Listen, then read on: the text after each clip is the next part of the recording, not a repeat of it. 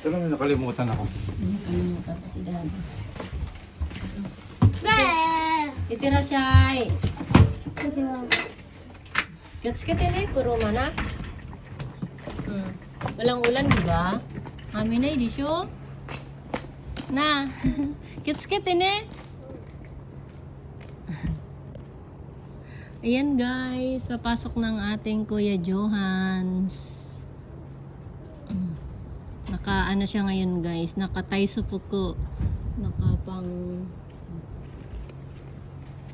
uniform. Ayan din si Daddy. Hello Daddy. Hello. Itira siya ay nagkasabay pa nga sila guys ni Daddy. Papasok kong si Daddy sa trabaho. Si Kuya naman ay papasok na din sa school. Ayan guys, medyo makulimlim rin. Pero wala namang ulan ngayon. Thank you for watching guys. Ingat and God bless po sa ating lahat. Bye. Pagis na si Daddy guys.